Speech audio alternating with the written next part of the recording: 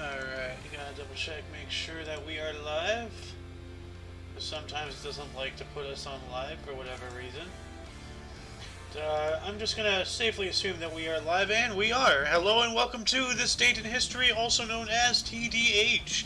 This show is all about the events that occurred to date in years past, both recognized by actual historians, but mainly things that we personally find intriguing enough for us to bring to you.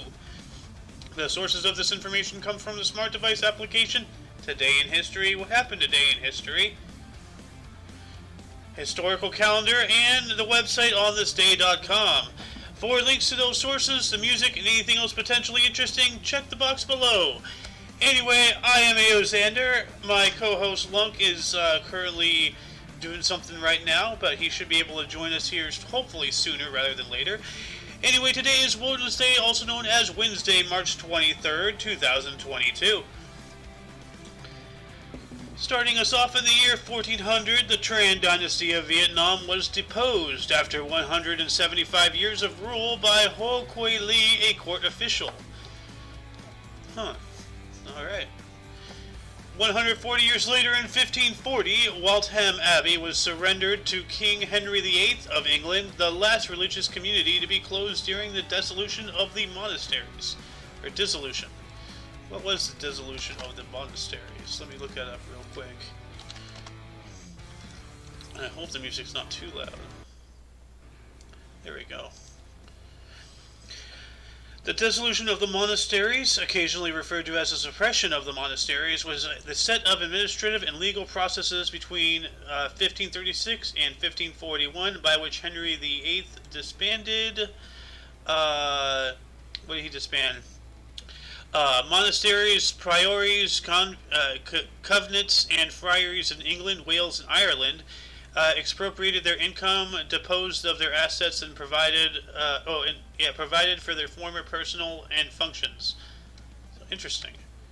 This was a huge old kick in the teeth towards monasteries. I'm going to add this to the underbar real quick. Before I do, I'm going to tell you about here in 1568, the Peace of Longjumeau was signed, ending the second phase of the French Wars of Religion. More religious stuff. There's always religious stuff throughout all history, but it's surprising how much there were. Jumping up into 1775, during the American Revolutionary War, Patrick Henry delivered his speech, quote, "Give me liberty or give me death," end quote, at St. John's Episcopal Church in Richmond, Virginia. Well, I wonder, what happened to the population these days? Where's that attitude? And then again, when you think about it, that was delivered at a church, and what's one of the main things that's under attack politically in these days? Wonder why. Wonder if maybe they're trying to get rid of anything that we can hold near and dear.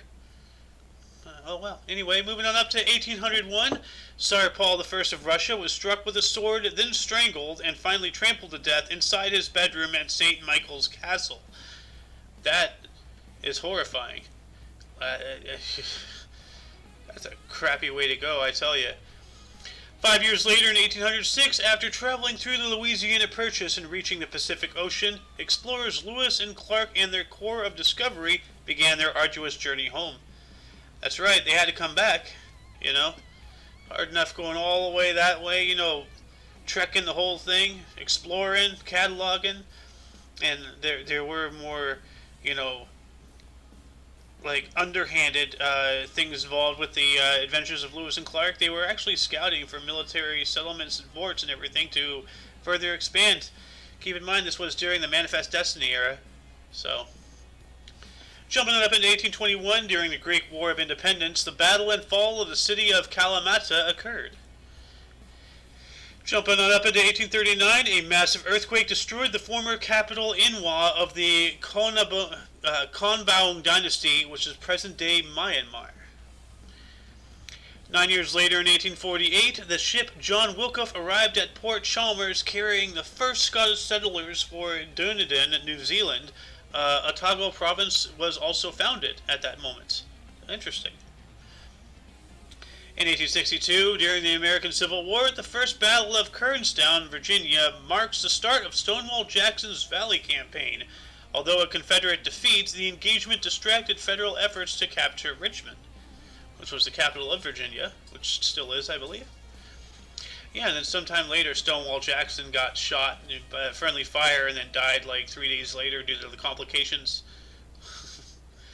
1868, the University of California was founded in Oakland, California, when the Organic Act was signed into law. Oh, what a Californian-sounding thing. What was it? The United States law on organic acts, or in United States law, an organic act is an act of the United States Congress that establishes a territory of the United States and specifies how it is to be governed, or an agency to manage certain federal lands. In the absence of an organic law, a territory is classified as unorganized. Well, that's interesting. And I hear a Sohin.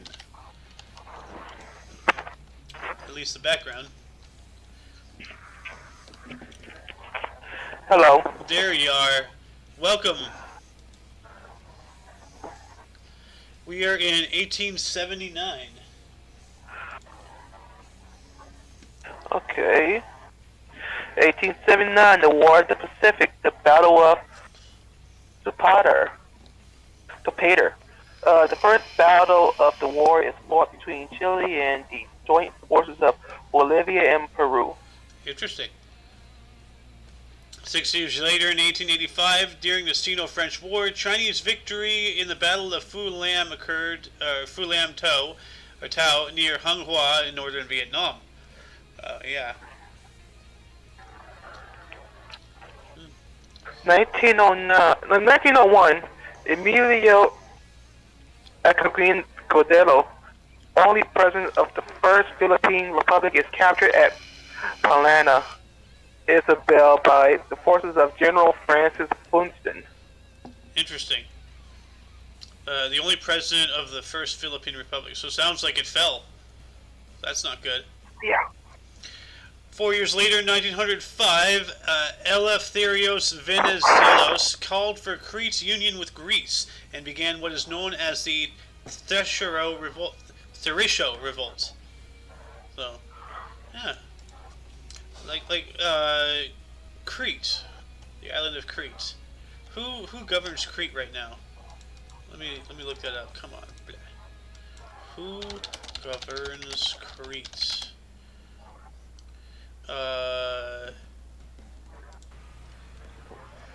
Let's see here. Greece. Okay, so it looks like he won his revolution. Interesting. 1909, we have Theodore Roosevelt left New York for a post-presidency safari in Africa. The trip was sponsored by the Smithsonian Institution and National Geographic Society. Well, hoity-toity, liggity-la. Look at this guy with his je ne sais quoi. I don't know. Yes.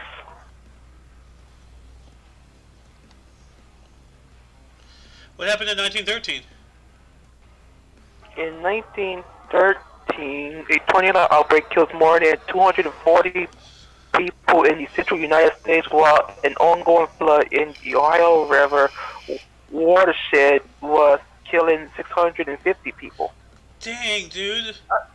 That's intense. That's not a terrible tornado, but a flood as well. Yeah, like that's a lot like what happened to China, a year ago, when they had they had droughts, floods, famines, you know. It's just like, only thing you're missing is fucking pestilence. Well, yeah. And you'll have a fucking plague. I think they do have some pestilence, so. No, they had to make that shit up themselves. Well, I mean, what is the Kung Flu? You know? Yeah, they had to make it up themselves. But, sir, we had disasters and other stuff. We should just might as well fucking just go full-blown play Bible. Just do it like that. Yeah, I know. It's start remaking biblical times. The Bible too. Electric Boogaloo. Moving on up into 1918, during the First World War, on the third day of the German Spring Offensive, the 10th Battalion of the Royal West Kent Regiment was annihilated, with many of the men becoming prisoners of war. Ooh, that does not sound good. Prisoners of war are never good. It's horrible. Oh, no, they were annihilated. The 10th Battalion was eliminated from the playing field. That's not good. No.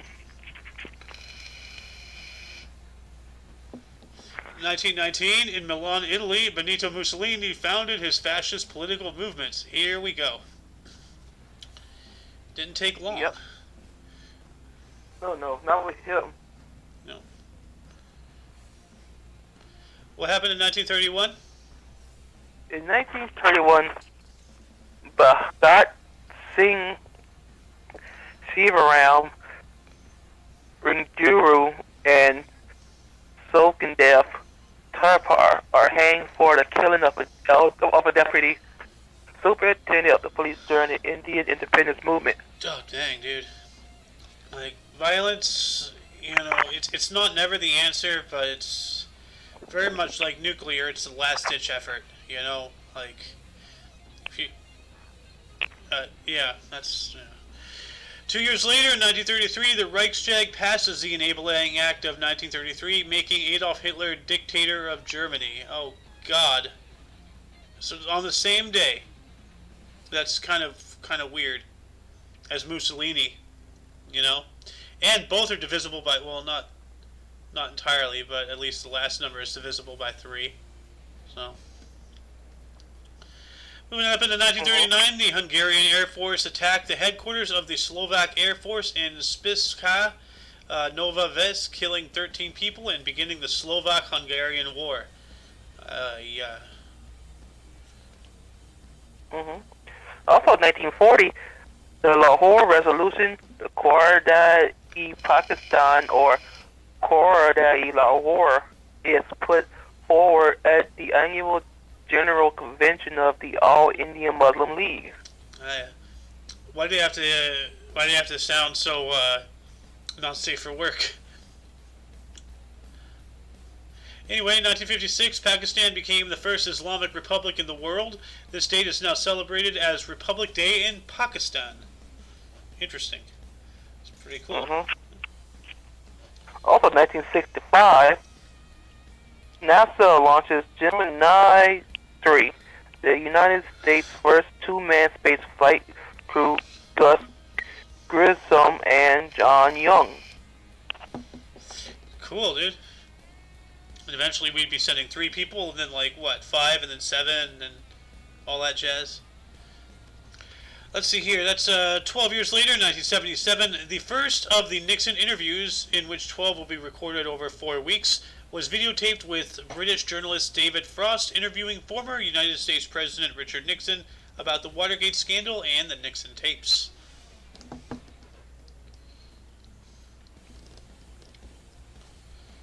Moving on up into 1970. Also in 1978, the first UNIFIL troops arrived in Lebanon for a peacekeeping mission along the Blue Line. That is for United Nations Interim Force in Lebanon. Wow. All right. Well, interesting.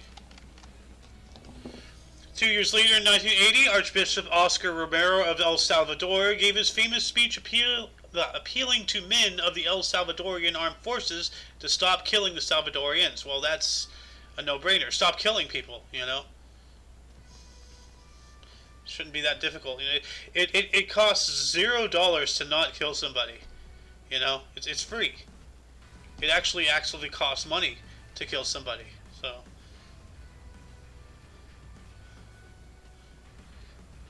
What happened in 1982? 1982, Guatemala's government, headed by Fernando Romero Lucas Garcia, is overthrown in a military coup by right-wing General Efrain Rios Montt. Another coup d'etat, another day, another government overthrown. 365 days later, or a year, in 1983, Strategic Defense Initiative, President Ronald Reagan made his initial proposal to develop technology to intercept enemy missiles. Well, that's good, but we need to bolster that now with these supersonic nuclear warheads and such. Travel faster than our radars, our radio detection and range can pick them up, and we can get hit without even knowing. That's terrifying. 1988, Angolan and Cuban forces defeated South Africa in the Battle of Quito Kuan Yew. You there, Lunk? Yeah, I'm here. Are you in the middle of something? Nope. Okay. What happened in 1991? 1991, the Revolutionary United Front. Sound like the RUF? Yeah, it's the RUF. Yep. With support from the Special Forces of Charles Taylor, National Patriotic Front of Libya, no, Liberia, invade Sierra Leone in a attempt to overthrow Joseph Sadu Monthope, sparking the 11-year Sierra Leone Civil War. Man, that's a long war. And what's Yeah. with like long wars, man? There seems to be like as time goes by, wars last longer. Everything else gets faster except for war. This just prolongs. 3 years later, in 1994, Aeroflot Flight 593 crashed into the Kuzistik Alatu mountain, Kemerovo Oblast in Russia, killing 75. Another day, another plane crash. Also in 1994, at an election rally in Tijuana, Mexican presidential candidate Luis Donaldo Colosio was assassinated by Mario Alberto Martinez. Well, that's just rude.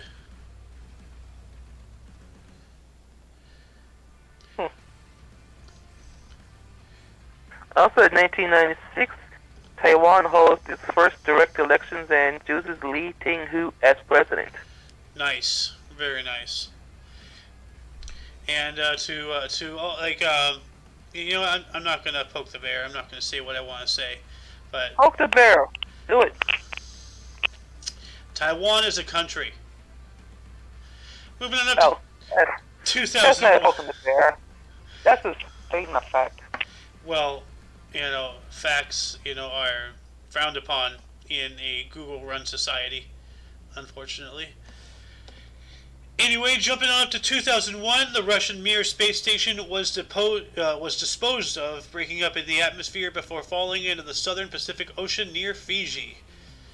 Another station bites the dust.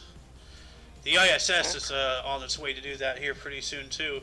Hopefully without the stranded astronaut inside. So. Also, 2003, Battle of Nasiriyah. First major conflict during the invasion of Iraq.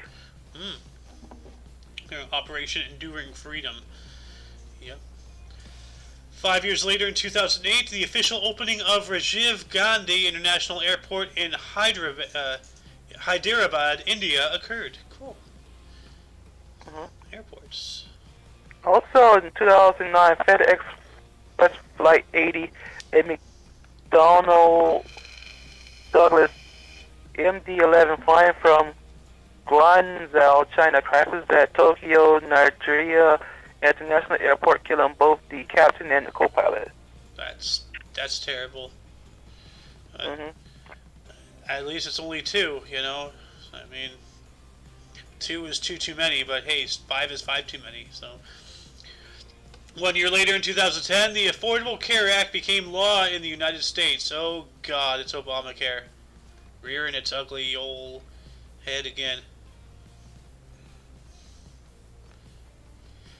8 years later, in 2018, President of Peru, Pedro Pablo Kuczynski, resigned from the presidency amid a mass corruption scandal before certain impeachment by the opposition majority Congress of Peru. I ran out of air. Yeah. Also in 2009, 2019, the capital of Pakistan was renamed to Nur Sultan. Interesting. Why don't you take this next 2019? I've taken quite a few doubles. Also, in 2019, the U.S.-backed Syrian Democratic Forces captured the town of Baghouz in eastern Syria, declaring military victory over the Islamic State of Iraq and the Levant after 4 years of fighting, although the group maintains a scattered presence and sleeper cells across Syria and Iraq. can't get rid of everything. 1 year later, in 2020, which was 2 years ago, Prime Minister Boris Johnson put the United Kingdom into its first national lockdown in response to the Kung flu. And he just recently lifted that after he got caught not wearing a mask as per his mandate dictated. And he's getting away with it. So, just tired of people eating up BS. It's like, oh, he's giving us back our mask freedoms. Yeah, after he took them away and didn't follow it himself. Kick his ass out of that chair. You know? Anyway, why don't you take this last article here? Yes, 2021. A container ship runs aground and obstructs the Suez Canal for 6 days. I remember this. Yeah, that's when that ship was like all wow, and then got jammed up in the Suez Canal. Yeah, that did not help things at all. Isn't that the same time we had a toilet paper shortage, or was that after it? Because I remember things just kept happening. Yeah. All I know is, like, I remember buying toilet paper from a Greek restaurant and sending it by mail to some family out in Arizona. The world has been weird the past couple of years. Oh my god. Anyway, before we get into births and deaths, do you have any articles that piqued your interest today? Not really. There's a couple that I've forgotten about, unfortunately. Oh yeah, the Mir space station, that's interesting. Oh yeah, that's right. But Mussolini's start of fascism in 1919, and then Hitler becoming dictator of Germany in 1933. On the same dates. That's interesting. Anyway, going on to the births, why don't you start us off today? Sure. In 1338, Emperor Go-Kogen.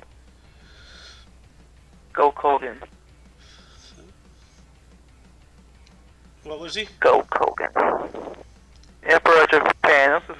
This is stuck in my head. Go-Kogen. Go-Kogen. I'm thinking of Hulk Hogan. I know. I was thinking too. Let me tell you something. Senpai. I know nothing. That's 21 Dragons. Let me tell you something, Senpai. Oh my god. 1514.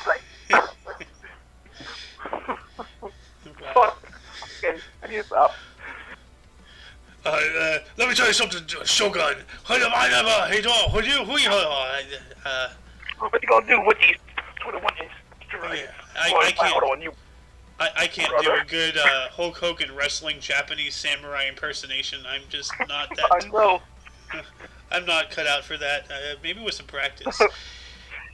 Anyway, in 1514, Lorenzo de Medici was born on this date. He was an Italian writer and assassin. That's some, that's odd job combination to have, but okay. That makes him say he wrote novels, and then they're realizing, dude, this is crime scenes. Well, no, because the pen is mightier than the sword, so he just stabbed people in the neck with a feather. No, this man had a penknife. Yeah.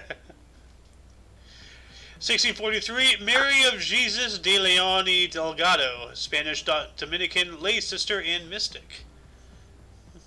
Bam. Also, 1751, Jerry Vega, Slovenian mathematician, physicist, and artillery officer. Now that seemed like an interesting combination, but when you think about it, math and physics, that is artillery. Range finding, wind, arc. Like you put in, it's a lot of. It takes a lot of thinking power to accurately lob a rock into an enemy location. Yeah, if you want to be, you want to be accurate.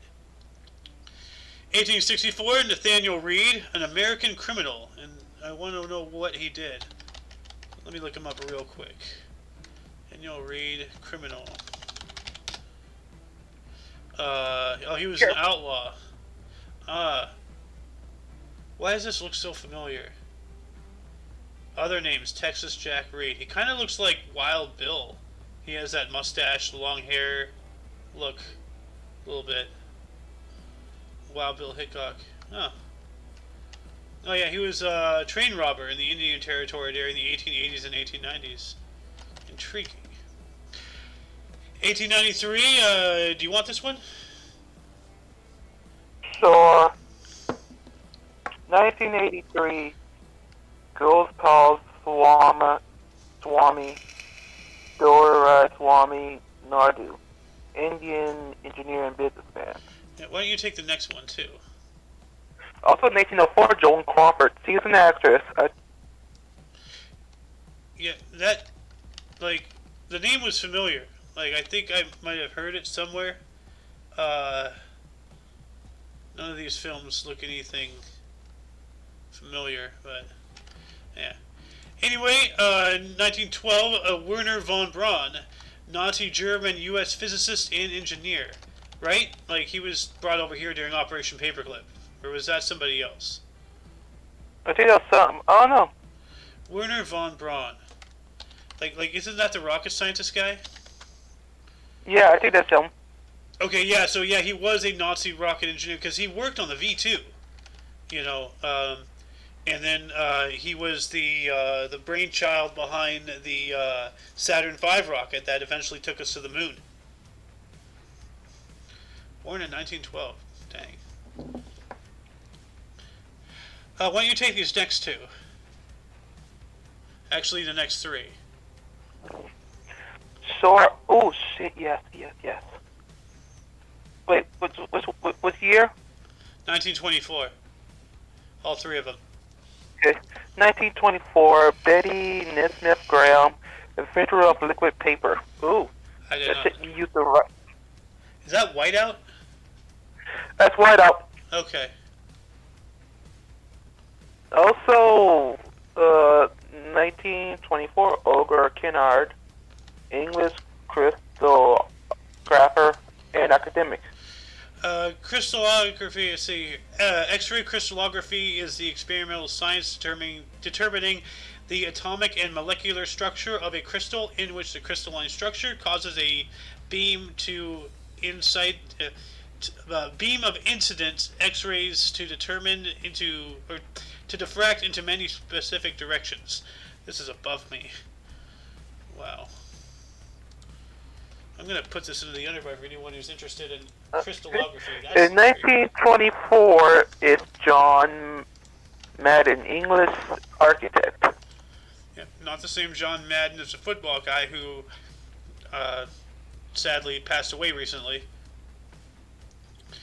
1937, Tony Burton, a U.S. actor, comedian, boxer, and football player. That is an interesting resume there. Mm-hmm. Also, in 1951, Adrian Raynard, English businessman who founded Raynard Motorsports. 1957, Amanda Plummer, a U.S. actress, and that name sounds like a Simpsons Most Tavern phone prank call. So, I'm looking for Amanda Plummer. Amanda what? No, Amanda Hug and Kiss. Yeah. Why don't you take this last berth here? In 1965, Gary Whitehead, U.S. poet and painter. And it sounds like a real pimply person to me. I have very bad jokes. I'm not even sure if my dad would appreciate that one. Moving on into deaths, I'll start us off in the year 851. We have Zhao Shi died on this date. He was a Chinese historian and politician. Mm-hmm. Let's see. Also in 1361, Henry of Goldsmont, first Duke of Lancaster, English politician who was a High Lord Steward of England. 1618, we have James Hamilton, 1st Earl of Abercorn, a Scottish police officer and politician.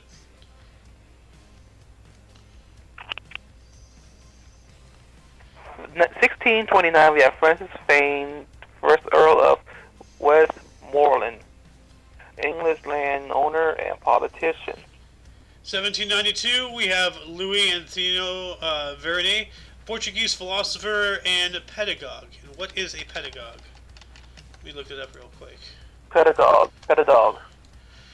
Pedagogue is a teacher, especially a strict or pedantic one. I think we've looked this up before because that definition sounds familiar. I'm almost sure of it. 1862 Manuel Robles Penzia, unconstitutional Mexican interim president from 1858 to 1859. Unconstitutional. Uh-oh. 1965, that's one heck of a jump, 103 years right there. Mae Murray was a U.S. actress, dancer, producer, and screenwriter.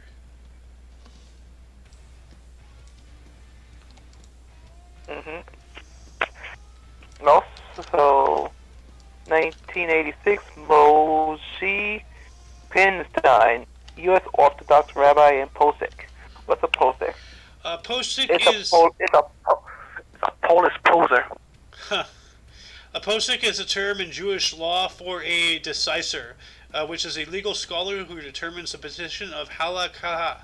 The Jewish religious laws derive from the written and oral Torah in cases of Jewish law where previous authorities are inconclusive, or in those situations where no clear halakha precedent exists. For anyone interested, I will add this to the underbar. Why can't I? Let me open. There we go. Stupid link not working. 2006, we have Desmond Doss, U.S. soldier. Was that the medic? Yeah, that's him. Okay. That's him. Thought the name sounded familiar. From Hacksaw Ridge, yeah. That's him. Rest in peace, Mr. Doss.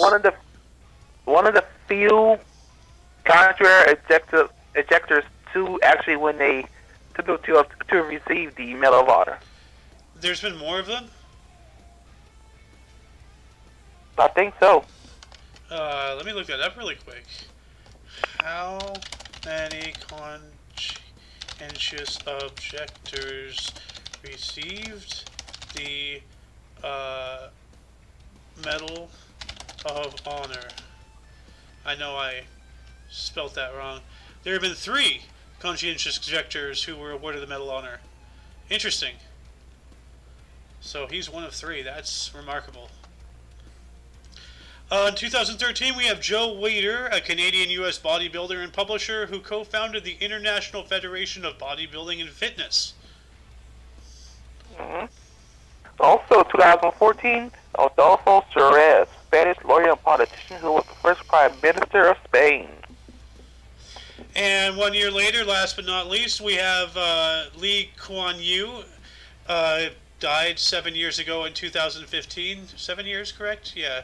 A Singaporean lawyer and politician who was the first Prime Minister of Singapore. And... Lee Kuan who? Lee Kuan Yew! You leak on who? What? You shouldn't be leaking on people. Damn. The man is dead. Poor. We have no chill.